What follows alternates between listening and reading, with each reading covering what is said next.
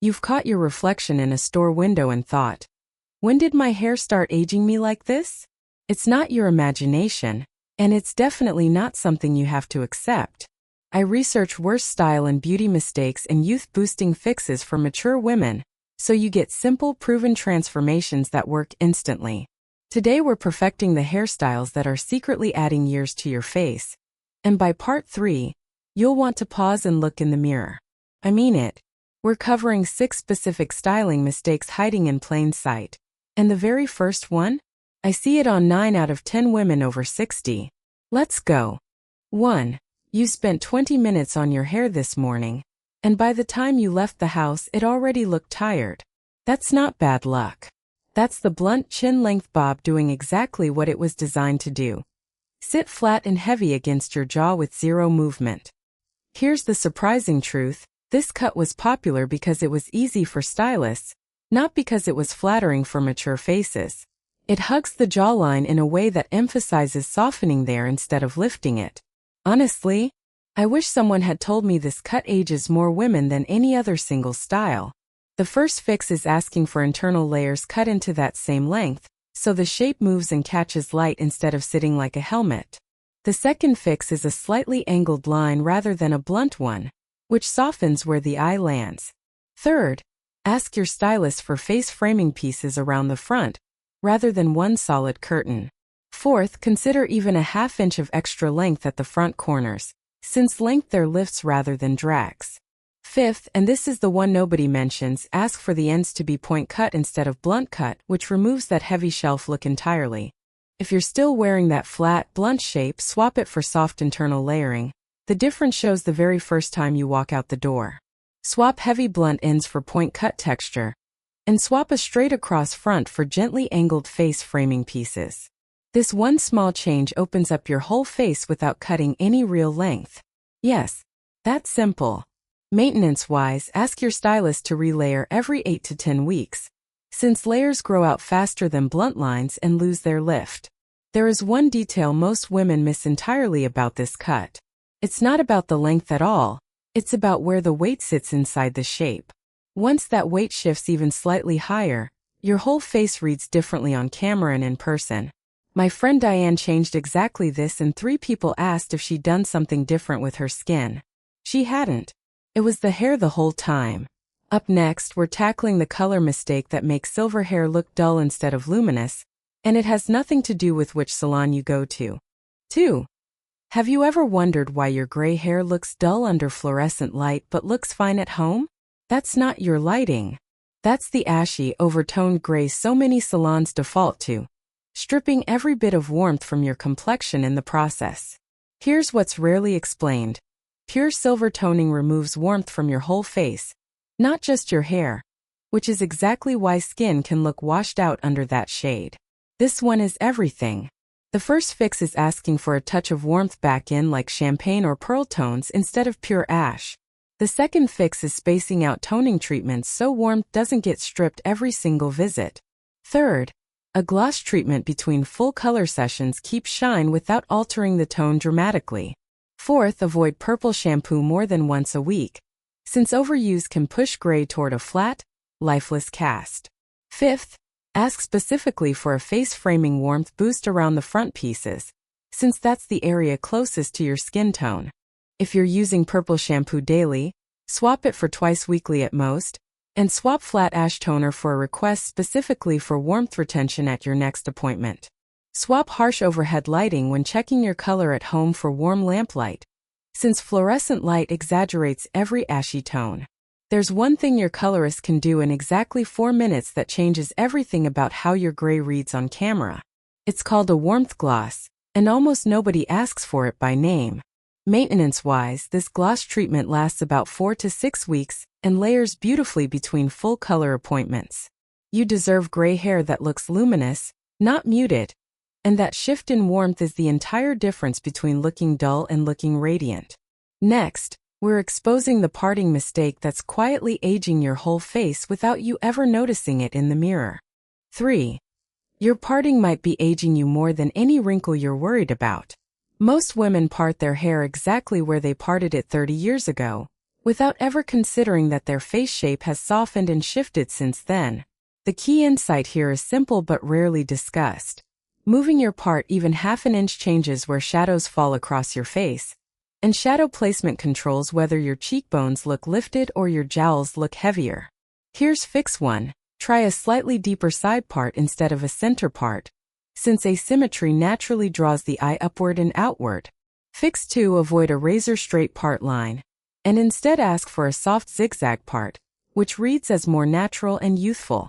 Fix 3. If you've worn a center part for decades, test a part just 1 inch to either side before fully committing. Fix 4. Keep some soft volume directly at the root of your part, since flat roots there emphasize thinning more than anywhere else. Fix 5, and this one surprises people, angle your part slightly forward rather than straight back, which lifts the whole front section of your face. This is the one that made my own sister stop mid-sentence and ask what she'd changed about her face. She hadn't touched her skin, her makeup, or her glasses. She'd moved her part 1 inch. If you're wearing a stiff, straight center part, swap it for a soft side part with gentle volume at the root. Swap a razor-sharp line for a slightly zigzag natural part, and swap flat roots for a few extra minutes of root lifting during your blow-dry. You needed to hear this. Maintenance is simple here.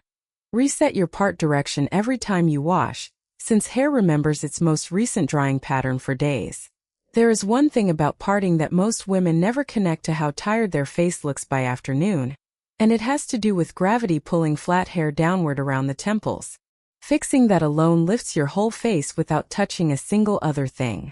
Coming up, we're covering the layering mistake that makes fine hair look even thinner instead of fuller. For this one thing is doing more damage than you realize, and it has nothing to do with product or color. It's overlayering fine hair until there's nothing left at the ends but wispy, see-through strands. Stylists often add layer after layer trying to create movement, not realizing that fine hair needs weight retained at the perimeter to look full at all.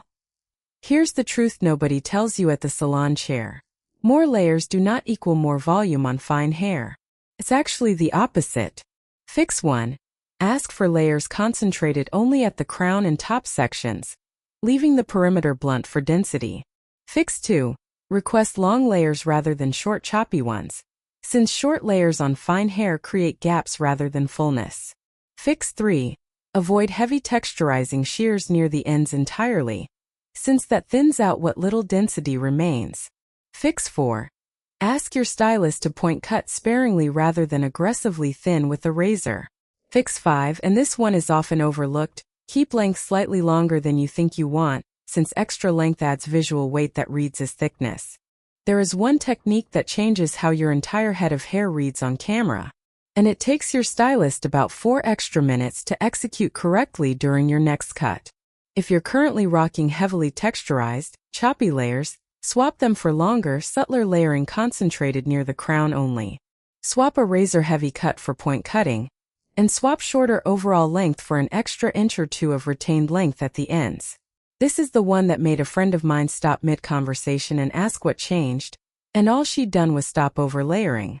Maintenance here means trimming only the very ends every 10 to 12 weeks rather than relayering the whole head repeatedly, which just recreates the thinning pattern. Your hair was never actually thin, it was being cut to look that way. Next, we're getting into the single biggest heat styling mistake that's quietly breaking down your hair structure every single morning. 5. If your hair goes flat and lifeless by early afternoon every single day, the problem almost certainly isn't your hair type. It's the heat setting you've been using for years without ever questioning it. Most women crank their styling tools to the highest setting because they assume more heat means longer-lasting results. That assumption is quietly breaking down your hair's protein structure with every single use. Here's the key insight. High heat doesn't just damage hair over time, it actually weakens the cuticle immediately, making it more prone to falling flat within hours. Fix 1. Lower your tool's temperature by at least 50 degrees and trust that it still works. Fix 2. Always use a heat protectant spray, even on days you think you'll only use minimal heat. Fix 3. Dry your roots in the opposite direction of growth before styling, which creates natural lift that heat alone cannot fake. Fix 4. Let hot tools cool slightly between sections rather than holding maximum heat continuously. Fix 5, and this one is rarely mentioned. Finish with a blast of cool air at the very end, which locks the style in place far better than heat ever could. This is everything. If you're setting your tools to maximum heat out of habit, swap that for a moderate setting with heat protectant every time. Swap drying straight down for drying against your natural growth pattern at the roots, and swap skipping the cool air finish for always ending your style with 30 seconds of cool air. That one habit alone extends how long your style holds by hours. Maintenance-wise, get your heat tools checked or replaced every year or two, since worn heating elements distribute heat unevenly and cause more damage than a properly functioning tool at a lower setting. There's a reason your hairdresser's styles seem to last all day while yours fades by lunch, and it was never about their tools being better than yours. It was always about temperature and technique working together. Coming up in our final part, we're pulling every single fix together into the one morning routine that changes how you look for the rest of the day. 6. You've made it through 5 mistakes that were quietly aging you every single day. And now it's time to bring everything together.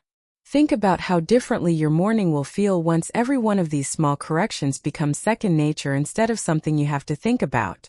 Your bone structure was always beautiful. These mistakes were simply working against it instead of for it. Here's the key insight that ties every part together. None of these fixes require dramatic change, expensive products, or hours of extra time. Fix 1. Layer your morning routine in the correct order, starting with heat protectant before anything else touches your hair. Fix 2. Check your part placement first thing, since that single decision shapes how your whole face reads before you even pick up a brush. Fix 3. Remember that layering and cutting choices matter more than any product you could buy, so trust your stylist conversations more than your product cabinet. Fix 4. Keep your color warmth intentional rather than accidental, asking specifically for what you want at every appointment. Fix 5, and this ties it all together.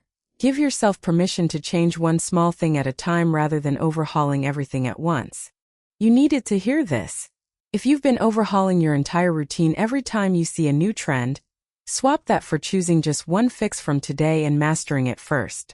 Swap comparing yourself to 20-year-old styling advice for trusting techniques built specifically for your hair right now. Swap silence at the salon chair for actually asking your stylist for these specific corrections by name. This is the one that changes everything, because once you know what to ask for, you stop leaving your appointment disappointed. Maintenance across all of this simply means revisiting your part, your layers, and your heat habits every few months, since your hair continues to change even after you've made these fixes. Every single woman who has walked through these 6 corrections tells me the same thing. It wasn't one dramatic change, it was 6 small ones stacking together. That stacking effect is the entire secret, and now you have it. You just learned 6 specific hairstyling mistakes that most women spend years trying to figure out alone, from cut shape to color tone to heat habits. Boom, your bone structure was always this stunning, now it finally shows. Tell me in the comments which of these 6 mistakes were you making without even realizing it.